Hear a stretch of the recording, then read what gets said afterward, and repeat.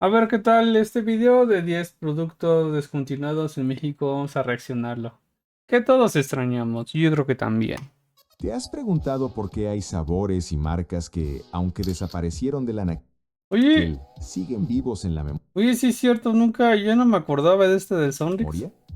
A veces basta un color de etiqueta o el sonido de una bolsita al abrirse para que regresen los 90s y los 2000s. Hoy en Nostalgia Pura vamos a recorrer 10 productos descontinuados A en ver, México que muchos extrañamos. ay, Los que marcaron loncheras, fiestas, tienditas y antojos.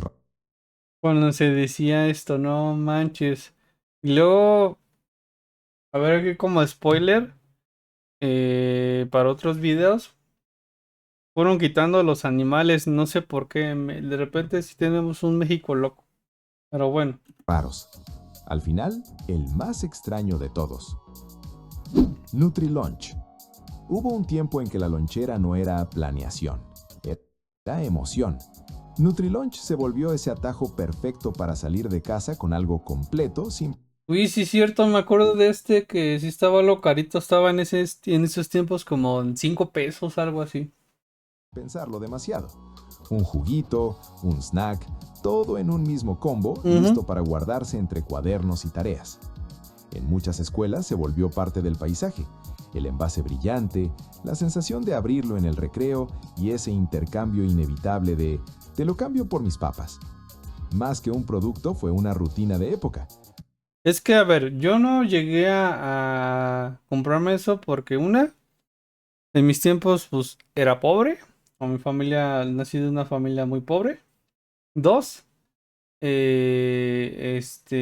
entre comillas, no era tan nutritivo, pero en esos tiempos no había tanta comida ultra procesada como actualmente, de que si un niño come chetos, una se vuelve adicto, dos empieza a ponerse panzón o gordito. Y tristemente pues le empieza a afectar temas de salud. Porque en los 90s y los primeros 2000s, el lunch escolar estaba lleno de marcas que buscaban conquistar a los niños desde lo práctico. Porciones individuales, empaques resistentes y la idea de que la merienda podía ser divertida sin dejar de ser cotidiana. Con el tiempo cambiaron hábitos, regulaciones y también la forma de vender lo escolar. Y así, lo que para muchos fue un clásico de primaria, terminó desapareciendo o transformándose en otras presentaciones. Pero el recuerdo se quedó, el sabor asociado al timbre, al patio y a esa sensación de tener algo especial aunque fuera solo un combo. Power Punch. Si Oh, de eso no me acordaba, sí es cierto, los PowerPoint me compré unos, sabían bien ricos. había una mesa de fiesta con gelatina, vasos de plástico y servilletas de colores, era muy probable que apareciera Power Punch. Sí. Para muchos quedó asociado a ese sabor de infancia que se servía bien frío, rápido y sin complicaciones.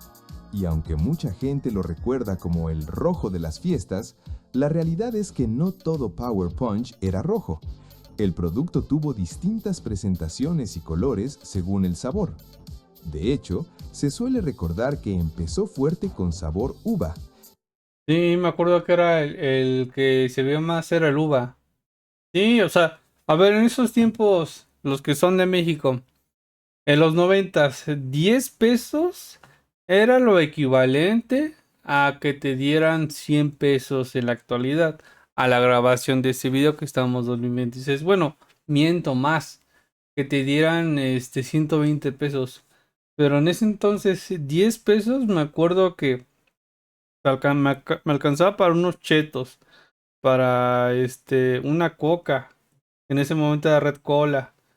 Me alcanzaba también para un buen de cosas. O sea, 10 pesos era, este, pues, ser casi casi millonario de chico. Que sí, obviamente, cuando teníamos, o pues mis padres tenían la oportunidad de darnos dinero, nos daban 10 pesos. Pero luego a veces pues no nos daban nada, luego a veces nos daban 5 pesos o 2 pesos para gastar, ya que como les comentaba, pues vengo de una familia pobre y hay momentos en que de plano no había nada. O sea, no teníamos ni para gastar. Y con el tiempo incorporó otros sabores como fresa, mandarina y guayaba, lo que también cambiaba el tono de la bebida y la forma en que la identificabas en la mesa o en el recreo. Era de esas Si se dan cuenta, a ver, rezamos un poquito. también cambiaba el tono A de la ver. bebida y la forma Esto, para mí, el que lo hizo ya estaba adelantada a sus épocas. O vamos a ponernos un poquito más fumados. Regresó del tiempo a los noventas y dijo, vamos a hacer esto. Y va a pegar así. ¿Por qué? Porque ahora sí que esto fue el spoiler de la realidad virtual que estamos viendo actualmente. en que la identificabas en la mesa o en el recreo. Era de esas bebidas sin gas que se volvieron parte fija de los convivios. En cumpleaños, reuniones familiares, Sí, sí, te digo, antes no estaba tan ultra procesado todo. O sea, realmente lo tomaban y listo. O sea, nunca llegué a ver, solamente tuve un tío que sí se puso gordito, pero nunca llegué a ver así a alguien de la familia que estuviera panzón, que estuviera obeso o algo por el estilo, no. Era simplemente, ciertas situaciones, por ejemplo, eh, compraban chetos, cositas así y ya, pero no había ese tema de estar en el celular o no estar sentado, no simplemente pues todo el tiempo era actividad física, o salías o caminabas, a diferencia de hoy. kermeses y tardes de juegos, siempre cerca de los vasos y el hielo. Se volvió popular en México en los noventas, y como pasa con muchos productos de esa época, su presencia fue enorme en recuerdos, pero Ujú. más frágil en el anaquel. Con los años cambiaron las ofertas, los portafolios y los hábitos, y Power Punch fue desapareciendo del día a día. Por eso hoy se siente casi como una leyenda, no solo por el sabor, sino por el momento que representaba. Cajita Sonrix. Esas cajitas Sonrix yo nunca las llegué a comprar, no me alcanzaba y como era bien gastalón. La cajita Sonrix no era solo dulces, era ceremonia. En la tiendita, ver la caja cuadrada con personajes y colores encendía la misma idea en todos.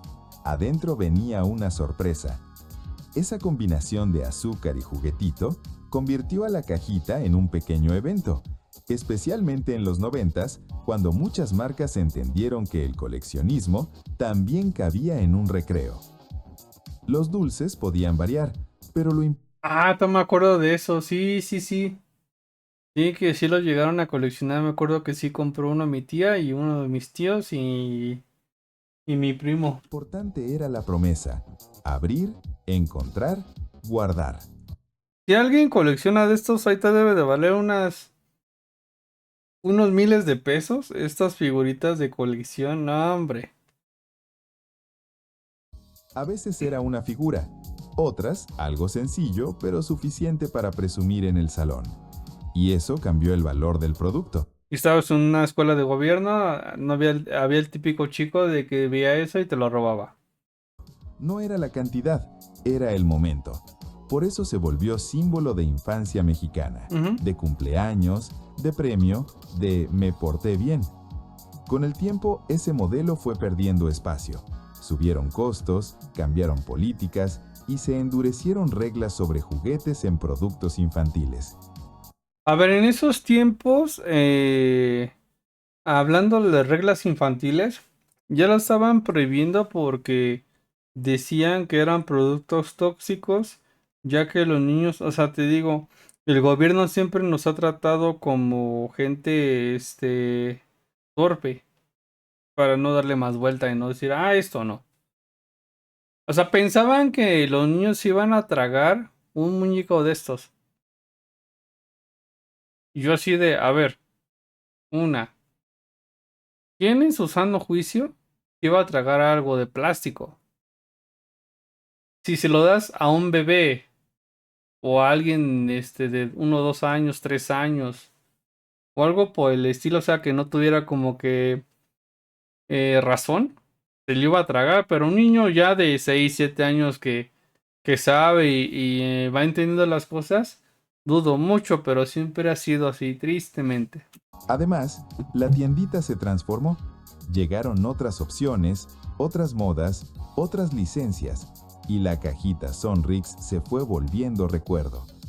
Hoy aparece en publicaciones, colecciones y conversaciones como si fuera una foto antigua, no por nostalgia vacía, sino porque resume una forma de consumir y de jugar que ya casi no existe. Más bien ya no existe, o sea, ya ahorita todo está en el celular, todo es en temas de, ¿cómo se dice? De digital, o sea, ya todo es virtual. Este tipo de cosas, pues digo, si alguien lo ve de los noventas, ochenteros, sí o sí, si lo pones en el Mercado Libre, te lo compran. Emperador Pokémon. Gamesa. Oh, Hubo un punto en que las galletas también fueron mercancía de fandom. Emperador Pokémon tomó algo cotidiano, una galleta conocida, y lo vistió con una licencia que estaba en todos lados. No era solo comer, era elegir el empaque, ver el personaje y sentir que lo que traías al recreo estaba conectado con la... algo que sí nos engañó en la publicidad, o yo sí me sentí engañado o estafado, es que al momento de abrir las emperadoras, o sea, yo pensé que igual iba a salir como el comercial de que todo ahí, el relleno, como se veía ahí, yo así de, no, me engañaron todo tieso y después. caricatura, el juego y las cartas que dominaban la conversación. El golpe estaba en el empaque y en la idea de colección. En una época sin redes sociales, coleccionar era físico, guardar envolturas, A lo que les digo, cambiar repetidos, escoger la que faltaba. Y eso hacía que una galleta se sintiera especial sin dejar de ser accesible. El producto se integraba a la rutina escolar, pero con ese brillo de evento que traía Pokémon. Como muchas colaboraciones, su vida fue limitada. Las licencias tienen ciclos y las marcas van rotando lo que está de moda. Así que la línea desapareció, dejando la sensación de que duró menos de lo que merecía. Hoy se recuerda como una cápsula del tiempo. pues sí, digo, en esos tiempos no era tan común el que los productos duraran muchos, por eso mucha gente sí como que se emocionaba cuando salía algo nuevo.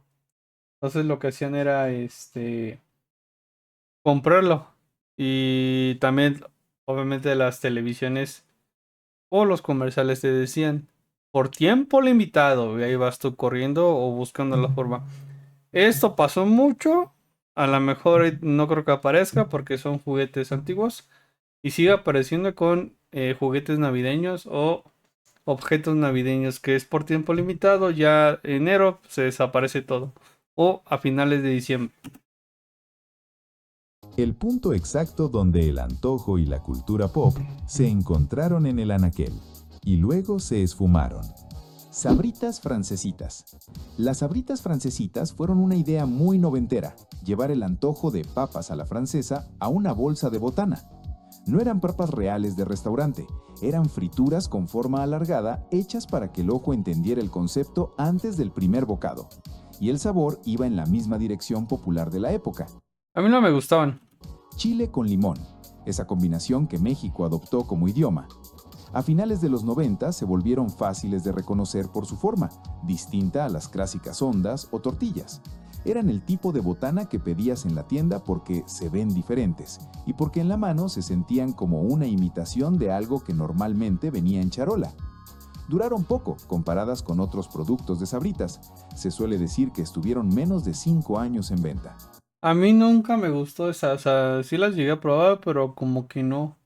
Yo creo que en su momento por eso llegué a odiar las papas, a la francesa de McDonald's, Burger King o de otra de que te venden hamburguesas. Y eso las volvió más míticas. Quedaron como recuerdo de un momento en que las marcas experimentaban sin miedo, cuando el anaquel cambiaba rápido y una botana podía ser tendencia a un ciclo escolar, y después desaparecer sin explicación clara. Hoy, su ausencia se siente como la de una palabra que ya no se usa, pero que todos entienden. Doritos IU. Doritos IU sabor mango fue de esos experimentos que dividían al salón. En cuanto lo probabas, entendías la apuesta. Yo nunca los llegué a probar. Un cruce entre dulce y picante, que se atrevía a usar una fruta como protagonista, cuando lo normal era irse a lo quesoso o lo flaming.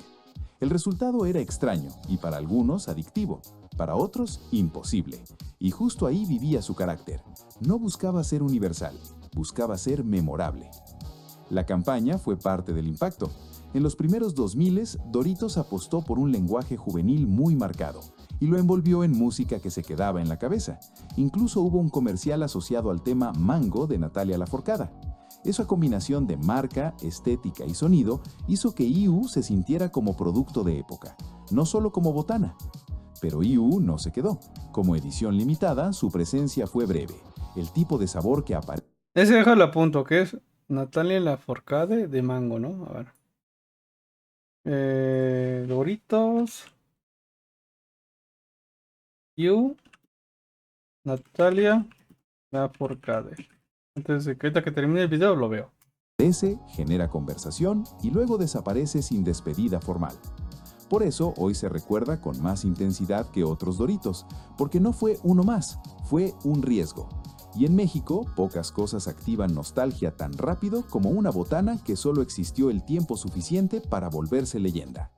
Es que a ver, vuelvo a lo de siempre. Todas las cosas que antes se hacían con esa calidad, con esa dedicación. Por eso, actualmente, la gente recuerda las cosas con esa nostalgia, con esa melancolía, con el hubiera. ¿Por qué? Porque las cosas se las vendían como era, con esa calidad, con ese precio y con ese sabor que, insisto, no estaba tan ultraprocesado como actualmente. Nescafé Cool. Antes de que el café frío fuera una sección completa en tiendas, Nescafé Cool ya estaba jugando esa carta. Era café listo para tomar, embotellado, pensado para quien quería energía sin esperar la cafetera y sin sentarse a pedir un latte. Para muchos apareció en los 2000 como algo moderno, tomar café como si fuera un refresco con la practicidad de abrir y seguir. Su importancia no está tanto en la receta exacta, que puede variar por país y época, sino en el concepto, listo para beber, cuando esa moda todavía no era masiva en México. Por eso se siente adelantado. No, yo en esos tiempos era café legal y ya, por parte de mi mamá, mi papá y mi abuelita. Hoy vemos cold brew, bebidas con espuma, versiones enlatadas por todos lados. Pero en su momento, encontrarte un Nescafé Cool en el refri era un pequeño choque cultural. Café, sí, pero frío y portable. Con el tiempo, el producto se volvió difícil de ver hasta desaparecer, y años después han surgido lanzamientos nuevos que inevitablemente lo recuerdan y lo comparan. Eso explica por qué sigue apareciendo en conversaciones y hasta en peticiones en línea. Mucha gente no solo extraña el sabor, extraña la sensación de haber descubierto algo nuevo antes que todos. Imagínate todo ya procesado. No, hombre, yo la verdad ya no. O sea, sí, ojalá pudieran volverlo a sacar, pero sin ese procesamiento que actualmente tenemos sobre los frituras o algunas cosas que ya se venden. Nescafé Cool quedó como un símbolo temprano de esa transición, del café de casa al café como bebida de paso. Chetos hamburguesa. Si algo definió a los 2000 en el anaquel fue... Eso yo nunca lo llegué a probar. Mira, 10 pesos. Y 10 pesos en ese entonces, aquí en México, ya era mucho. Dices, oye, ¿qué estoy probando, no? ¿Qué es? Pero esto creo que salió en los 2000. Botanas que no solo se comían, también se jugaban. Los chetos hamburguesa aparecieron como una edición muy de su época, y la idea era tan simple como irresistible. No era un solo cheto, era una botana pensada para que armaras una hamburguesa con las piezas. Mucha gente los recuerda justo por eso. Venían inflados y con formas diferentes que representaban el pan de arriba, la carne y el pan de abajo. Y parte del encanto era completar la hamburguesa antes de comértela. En comerciales de ese tiempo se vendían con ese tono 2000ero de "prueba esto ya", como si fuera la gran novedad del recreo y la tiendita. Y aunque el sabor era el gancho obvio, esa mezcla de queso, condimento y un toque tipo comida rápida que intentaba recordar a una hamburguesa, lo que realmente los volvió memorables fue la dinámica. Abrir la bolsa, buscar las piezas, comparar con tus amigos y decidir si te comías primero el pan o guardabas la carne para el final. Como muchas ediciones raras, no duraron lo suficiente para volverse costumbre. Por eso hoy se sienten como un recuerdo específico. El tipo de botana que viste una temporada, que te marcó por lo distinta. Yo creo que aquí, y los productos que están saliendo, más el tema, era el tema marketing, o sea, el comercial sí te atrapaba. Y te decías, oye, quiero probar eso, me da curiosidad, como que te decía, agüita la boca. Y decías, ay, ya quiero, y ya como que buscabas, mamá, mamá, papá, vamos a la tienda, se me antojó. No, hijo, no hay dinero. Ah. Y que un día simplemente dejó de aparecer. Pepsi Blue. Pepsi Blue fue un producto diseñado para llamar la atención desde el primer segundo. El líquido azul eléctrico no se parecía a nada en el pasillo de refrescos, y esa era la idea, que la vista ganara antes que el gusto. Ajá, justo lo mismo, pero o sea, yo nunca lo llegué, yo lo que me acuerde no lo llegué a ver. Se lanzó a inicios de los 2000, con una estrategia global que buscaba sonar joven, atrevida y diferente, y lo consiguió. Aunque fuera por curiosidad, muchos la probaron. El sabor se describía como tipo berries, y el color dejaba huella literal. Más de uno recuerda la lengua ligeramente azul después de tomarla. La botella y la etiqueta también hacían su trabajo. Era un refresco que se presumía. En México se volvió parte de esa etapa donde las marcas hacían ediciones llamativas y el boca a boca corría por la escuela y la calle. Pero el fenómeno duró poco. En términos internacionales, Pepsi Blue fue descontinuada alrededor de 2004, después de un impulso fuerte pero breve. Y eso terminó dándole su lugar en la memoria. El refresco que apareció como un evento y se fue antes. Pero no, no, aquí no dicen cuándo salió, o sea, cuándo salió el producto, porque y no me acuerdo, o sea, no, no, no es como diga, ay, compré esto, ¿no? O sea, a lo mucho me acordaba del Coca sabor vainilla, pero esto no. De volverse costumbre. Hoy su recuerdo funciona como una señal de época, cuando el marketing apostaba por el color como declaración y un refresco podía sentirse casi como un accesorio. Esa rareza, justamente, es lo que se extraña.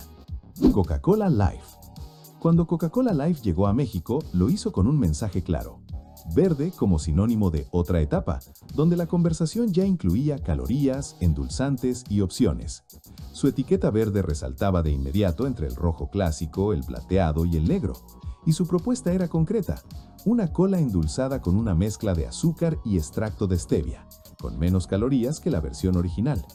En 2014 se anunció su llegada al país, y se vendió como una alternativa para quienes querían algo intermedio, ni la coca normal ni la versión cero.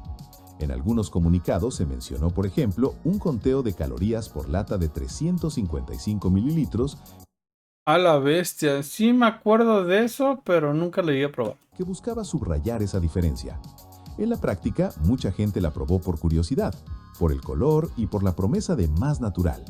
Pero sostener una línea nueva en una marca tan grande es difícil. El mercado se movió hacia portafolios más simples, y en México se comunicó que Coca-Cola Life y Coca-Cola Zero serían reemplazadas por una Coca-Cola sin azúcar, para unificar opciones. Hacia 2017, Coca-Cola cero. ¿Sí? Life empezó a desaparecer del día a día. Hoy se extraña porque fue el refresco que intentó ser puente, y porque esa etiqueta verde, por un tiempo corto, hizo que pedir una coca se sintiera como elegir otra identidad. ¿Cuál de estos extrañas más? Cuéntamelo en comentarios. Yo no conozco ninguno, pero aquí está su like, gracias por recordarme, la verdad. Qué buen video. Qué buena reaccionación, la verdad.